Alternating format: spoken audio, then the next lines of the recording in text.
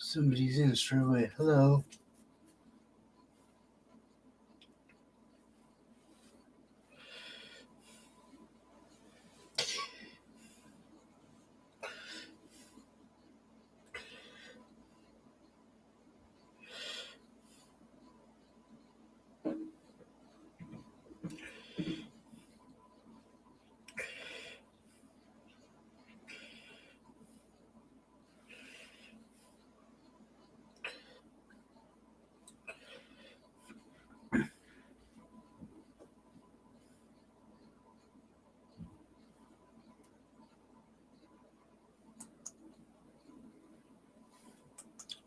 Whoever you are watching.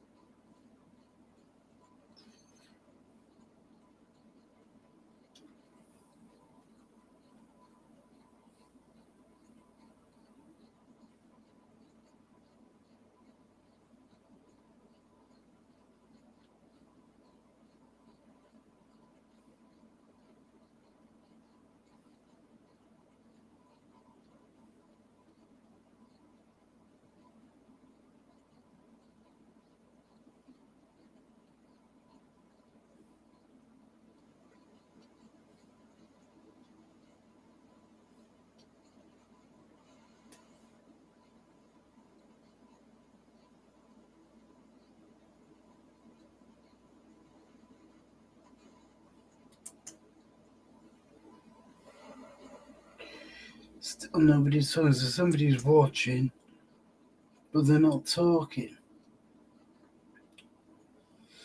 I wonder who it is.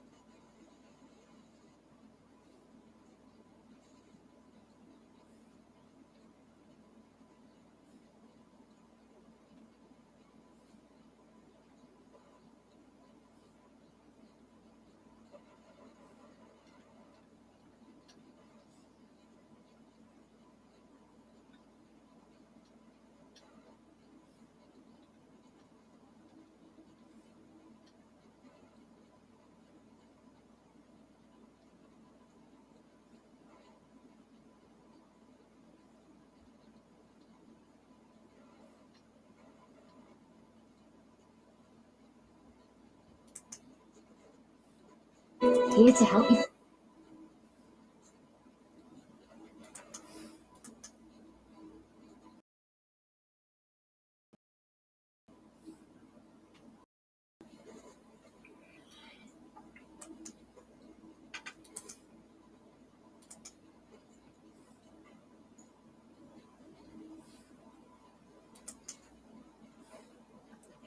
Okay, now I've got 2 people watching. Hello.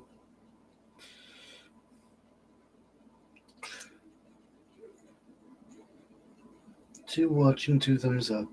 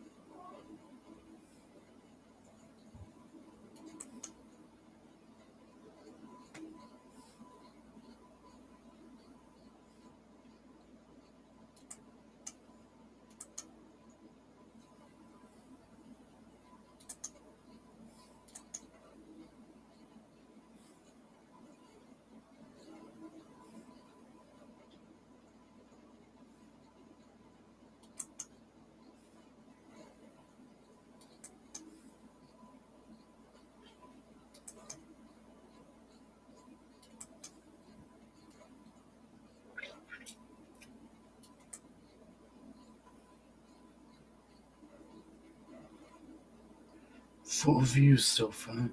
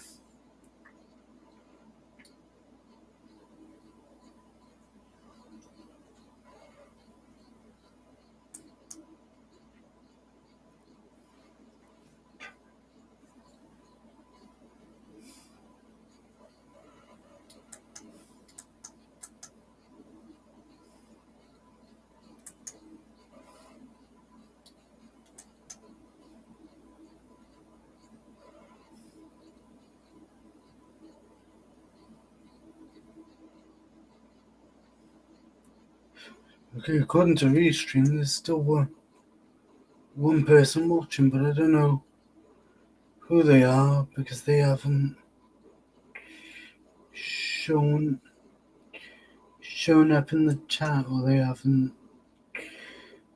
clicked on the link, so it could be anybody.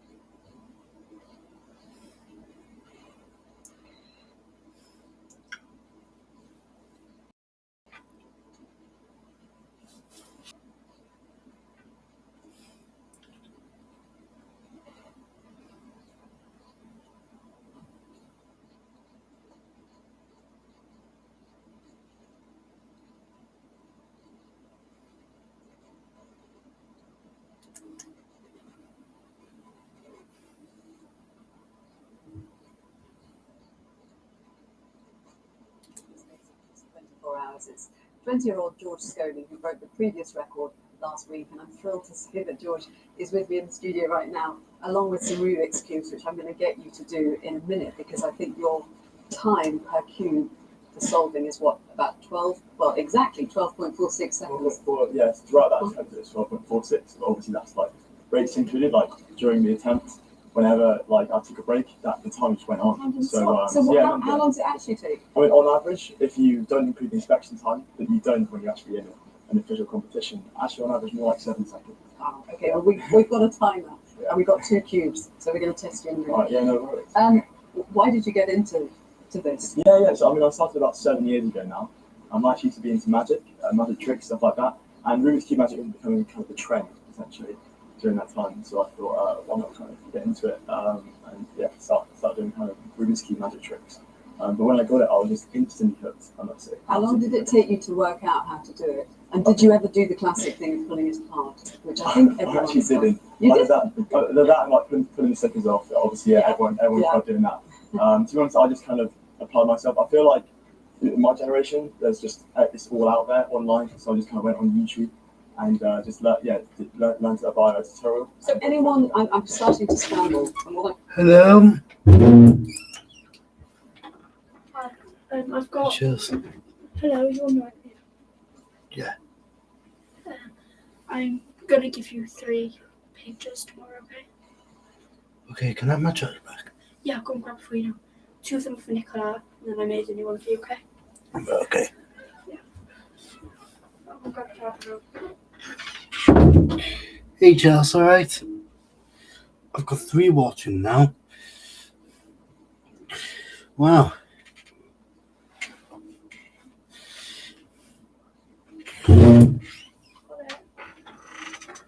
Thank you. That's my plug. You go. Okay, bye. Bye. Thanks for letting me use it. I was meant to give that to somebody else, but I completely sent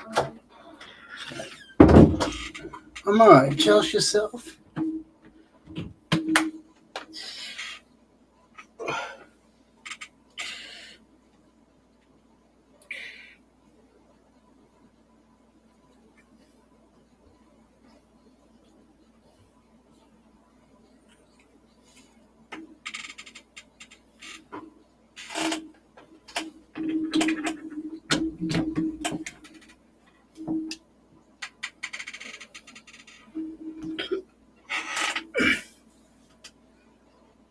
This thing's gone down now to 2.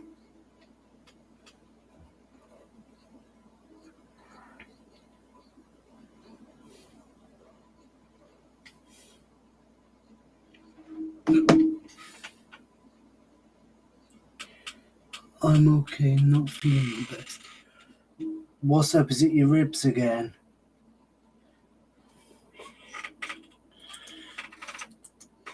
What I'm really noticing about this one is it turns really easily. Yeah, so you that have a lot of exactly. grease them.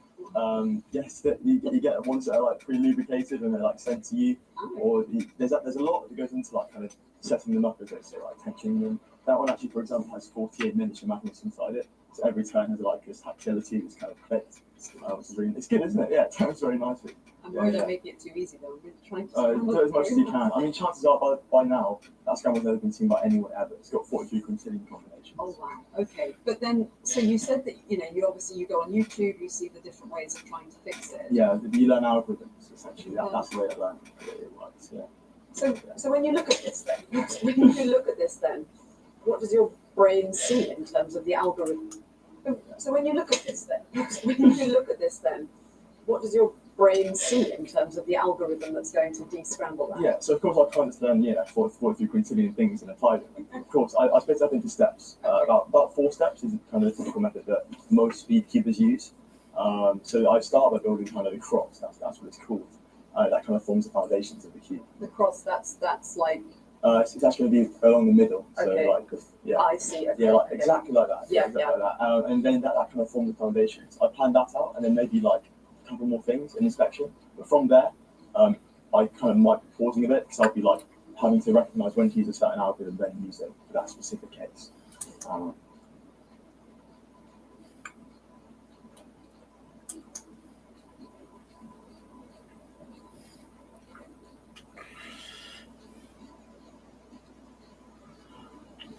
Oh God, it's not good, is it? At all. I don't know where Nicola is tonight, though, Charles.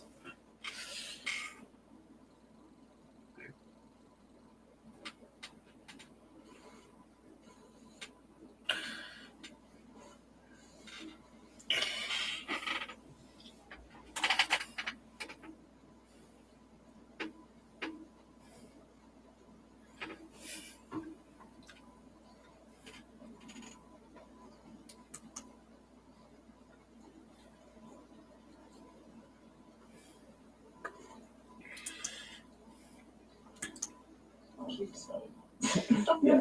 See now, I think I'm all right. scrambled it Thank you enough. so much. Okay, let's just check. Have we got the timer going? Okay. All right. Okay, go.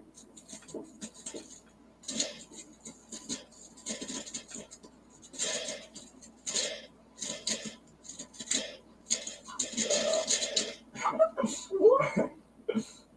Yeah, that was about it's around the world record time, wasn't it? It was 12.46. My hands are a bit cold, but yeah. I was absolutely gripped actually because I want to see that Yeah, again. yeah, Yeah, absolutely. because basically I saw like one side come together and then it just seemed like the whole thing. Absolutely. suddenly- Yeah, actually, it's a common misconception that you actually build it in sides. Yeah, 6 sides. Yeah. You actually build it in layers from top to bottom, Okay. also from bottom to top. So the first layer, the second layer, then the third layer eventually. Obviously, it becomes progressively harder because the more you solve, the less you want to mess up what you've already made. That's obviously a big thing with it, right? So that's why it's really important you learn these algorithms. They're kind of like temporarily mixing it up and putting it back and switch to a few pieces. The more algorithms you know, obviously, the better you'll be as well. So like just to solve it, you only need to know about 4 or 5. But at this kind of point now in my queuing career, I know about kind of 1,000 or so. So yeah, it's just a lot of practice, a lot of kind of drilling these algorithms. It's a lot of muscle memory. Can you maybe do this one a bit more slowly to give someone watching at home Break it some down. tips? Yeah, of course. Yeah. And I'm going to scramble this one, so I'll have another quick one. But Yeah, if no we worries. give us some good tips. So, I mean, there are 6 sides, right? 6 colors. The center pieces, they determine the color of each side. So blue will always be opposite green, red always opposite orange, etc. That's always the case, which means you kind of when you know that, it means that you always can start on a certain side and you know which centers will be around it, whether it's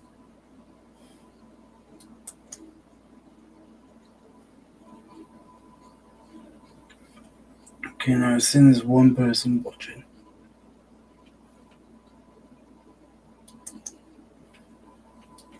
need to belong around it. So I'm going to start in this case on the green cross. So I'm going to do that and it builds the cross. So I'm doing this certain amount of intuitive moves. I'm afraid that there's no way I can break it down to a point where someone could learn from the BBC interview. And you just said about the intuitive moves, so it's like your brain So yeah, is working that first step is faster quite than you intuitive. consciously know. In a way, I suppose. Yeah, in a way. I mean, so in this case, that first step, the cross, is intuitive. The rest of it is fairly algorithmic, so it's kind of like muscle memory, but applying muscle memory. So imagine kind of like a 10, 15 chord piano song that you just kind of drill and you know your fingers can do it. I'm not thinking like I've been doing this like right up, left. I'm just thinking like my hand does this. But I'm recognizing it's using the main thing. And then I'm going to be doing the algorithms. So again, solve the first 2 layers in one go. So then those first 2 layers are then completed at that point. And then after that, you'll do the last part and you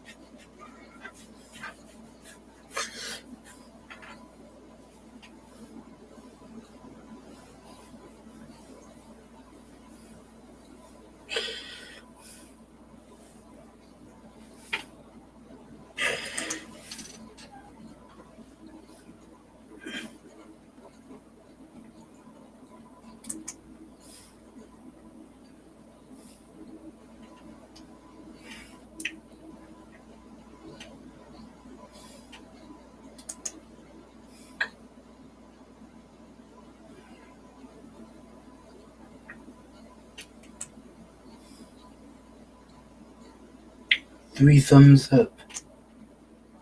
Nice.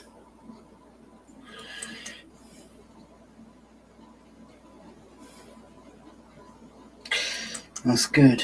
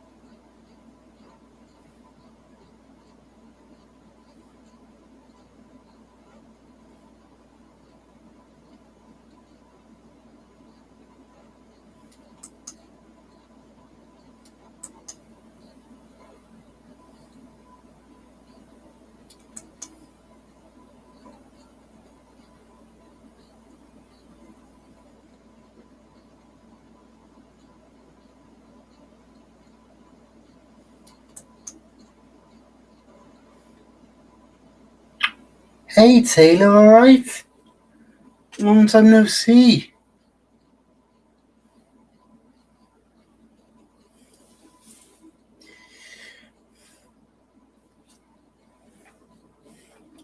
Well, I say long time no see. It feels like it's been a while since I've seen you in the chats. Even though I don't think it's even been that long, has it? I don't think. I don't know.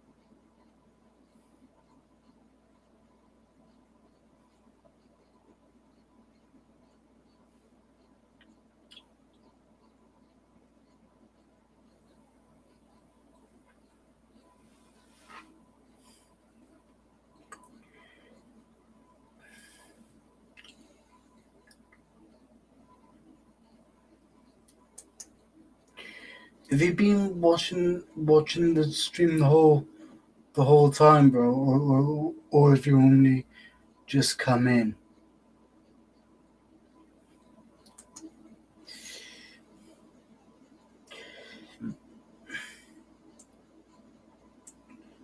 I've only just realised as well what the picture is. Like what the thumbnail is like.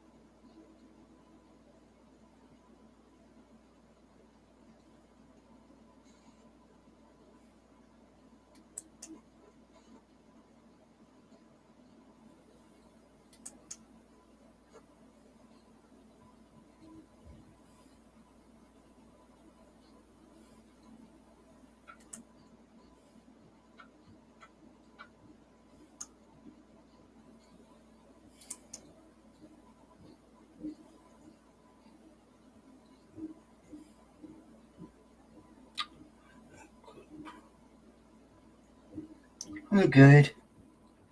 So kind of. Right, yeah.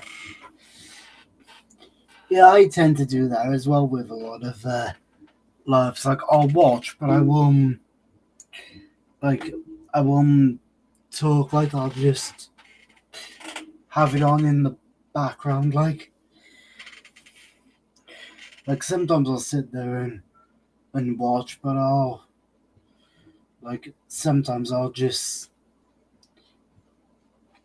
sit there and listen to it like as I'm doing stuff.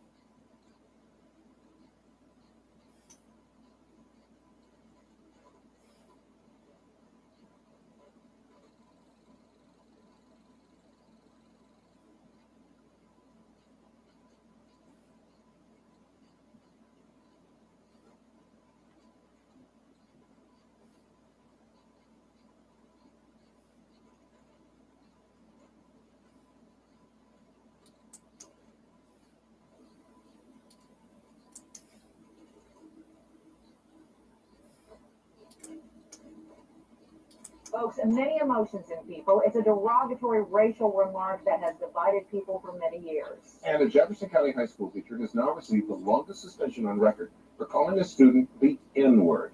WHAS 11's defender Renee Murphy investigates what happened and why in this story you'll only see on 11. Valley Traditional High School is in the middle of a racial controversy right now. A teacher used the N-word towards a student. The word is only 6 letters long, but the impact is far-reaching. And we do want to warn you that some of the language in this story is strong, and it may offend you, it may offend some other people.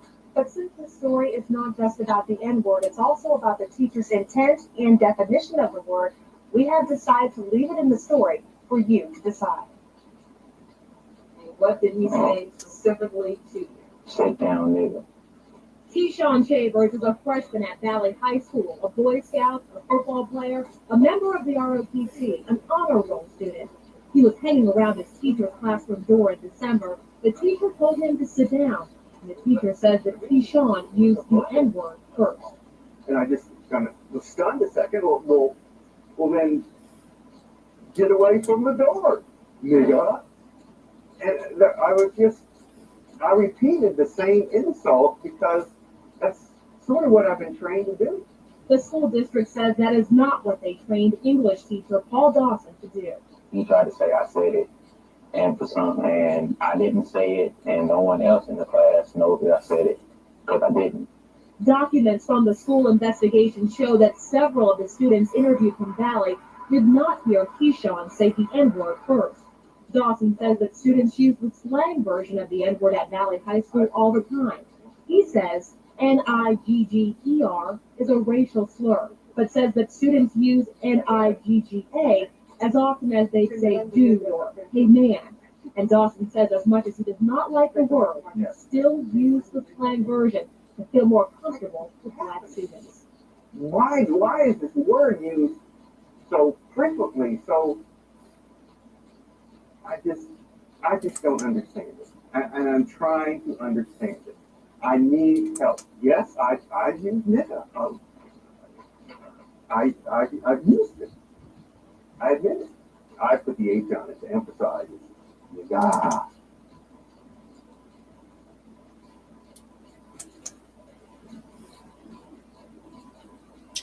Okay, a teacher got in trouble, unsurprisingly, for saying the N word to a student. Yeah, you know, nigga, please. Nigga, hey, you know, can you lend a nigga a pencil? What kind of example are you setting for your students if you use a word that you don't want them to use? Upon reflection, that's not good. Dawson was suspended for 10 days without pay from January 9th to January 23rd, and he has to go to diversity training. He says that he's learned from this experience and hopes that others think twice before using the N-word. I will never say any form of nigga. I'm cured of that. Paul Dawson says that he is sorry for the way things were handled, but Keyshawn says that he is not looking for any apologies. Apologizing is going to change the fact that it happened and he's not been punished. And punishment in your mind is? Not having his job anymore. Paul Dawson says that he wants there to be a steadfast policy in Jefferson County Public Schools. Yeah, the kid right here. I don't know if you guys can hear that, but he did just say that he's not being punished, and the woman doing the interview with him have just asked him what's punishment in your mind, and the kid said for him not to have his job anymore. Which,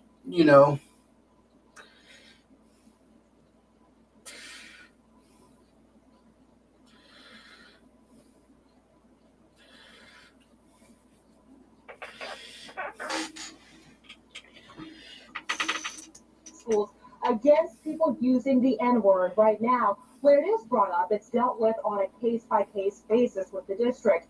And we should mention that Keyshawn is still in Paul Dawson's classroom.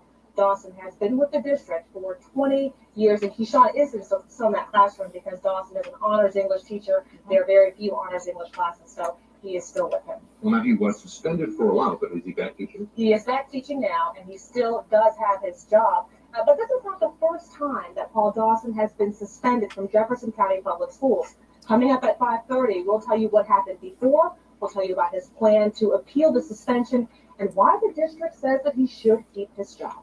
Thank you very much. I'm sure we haven't heard the last of it. Oh no, lots more to come. Thank you.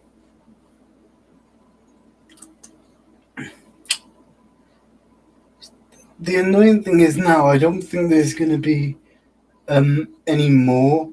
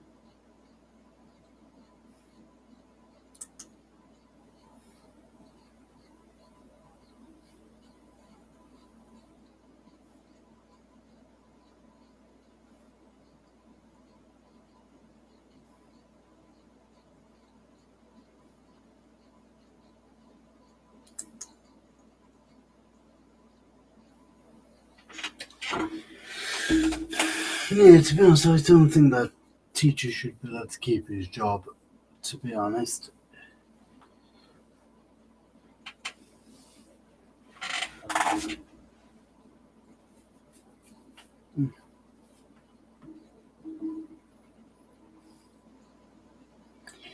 You know?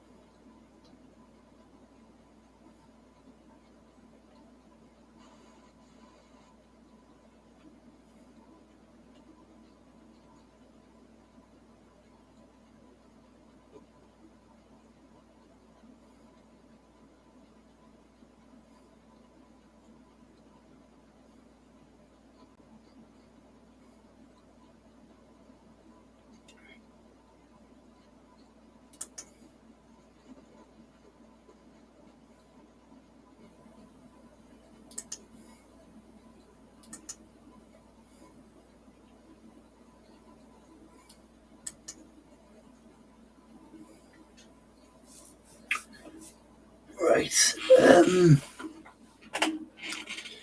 I think I'm gonna call it a night now with the stream, and I'll